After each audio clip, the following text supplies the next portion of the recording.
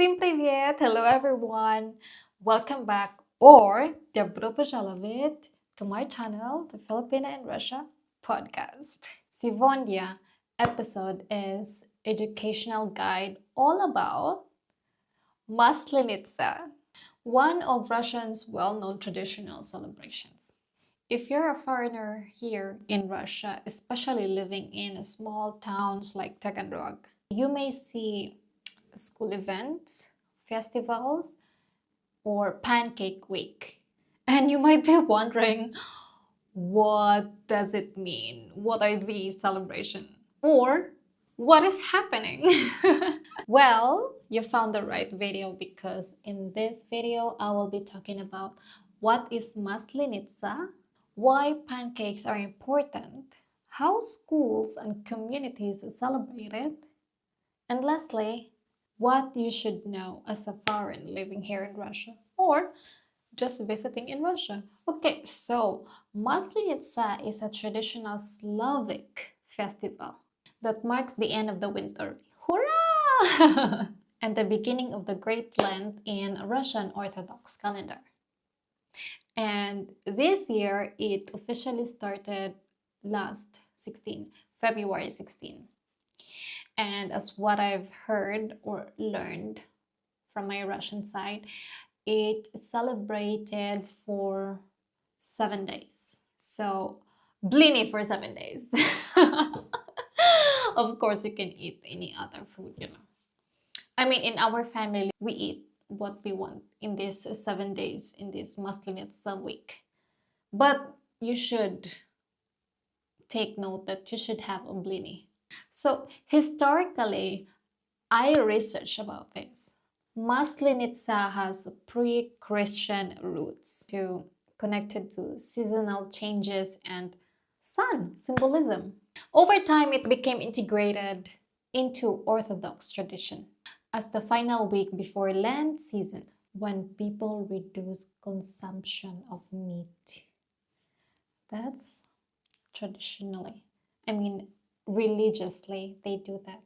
So what you must do during the Maslenitsa week, okay? So first thing, meat is traditionally avoided. Disclaimer, this is only for those religious believers of Orthodox Church. Because, as I said, we eat meat still in this 7 week of Maslenitsa. But according to what I researched, again, to those religious person, they should not be eating meat for this week. It's like remind me of the Philippines before Ash Wednesday. I'm not religious too, but I just remember. Anyway, the second one is dairy products are still allowed though. Only meat isn't. And the last thing is pancakes or blini in Russian is the most central food. Okay, so what is blini? Blini is a Russian pancake, and blini symbolizes sun, sonse, sonsa. Round, golden, and warm. Oh, I cannot wait for it to be summer finally. Anyway, let's continue. After long winter months, it symbolizes the coming of the spring. In larger cities like Moscow, you might probably see large-scale public festivals, for sure. In smaller cities like Taganrog, celebrations are mostly for community-based, school events, cultural centers, or even local administrations. Something like that. Not really big celebrations, but they do celebrate. Same as my daughter Stacy, they had their celebration in their art school together with the teacher and all of her classmates. So blini are the Russian pancakes, which is very chinkusna, made of flour, eggs, milk, and masla, oil. So simple, but so tasty. And they can be served with honey, jam. My favorite is apricot jam made by my in-law. And what else? Mayonnaise. Oh, I love it. Another thing is you can make use of course, caviar with that. also super good. For foreigners, it is important to know that during Maslenitsa, offering blinis to the guests is considered hospitable and traditional. So if you're invited to someone's home during this week, it's very common to accept the food. Of course, конечно. Try different fillings. Oh, there will be a lot of choices for sure.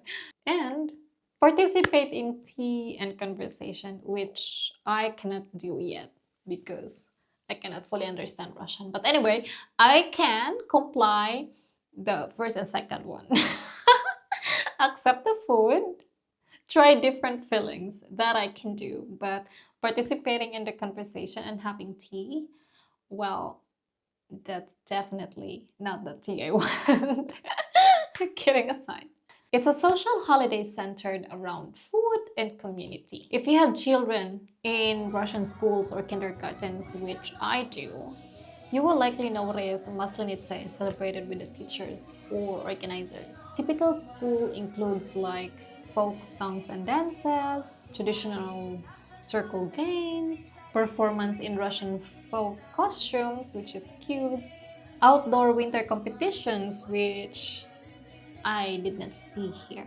But others, it is surely celebrated in Stacy's art school.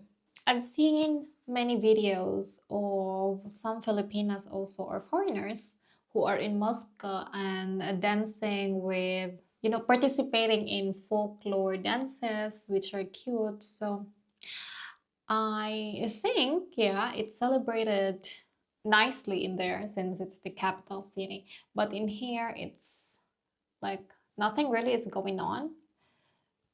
Aside from only homes, they celebrate it on their apartments to the schools, as I said. But in public, no.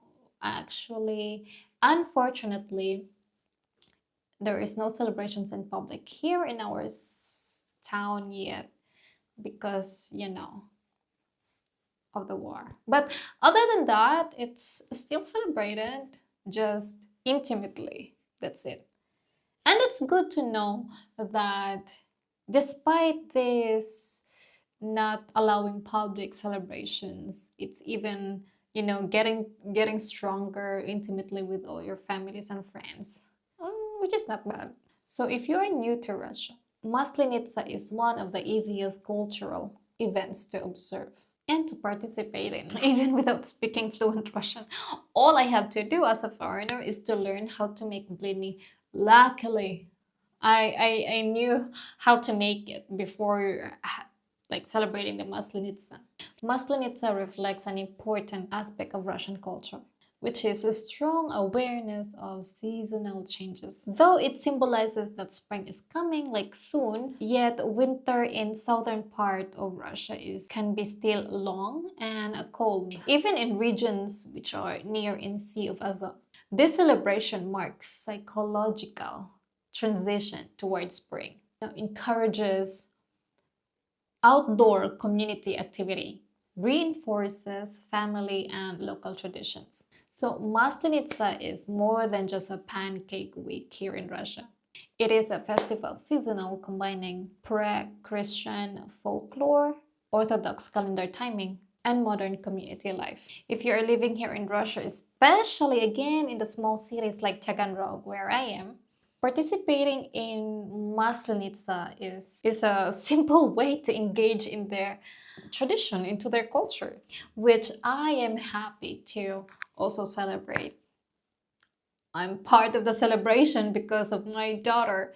She asked me to make blini to bring there in the school.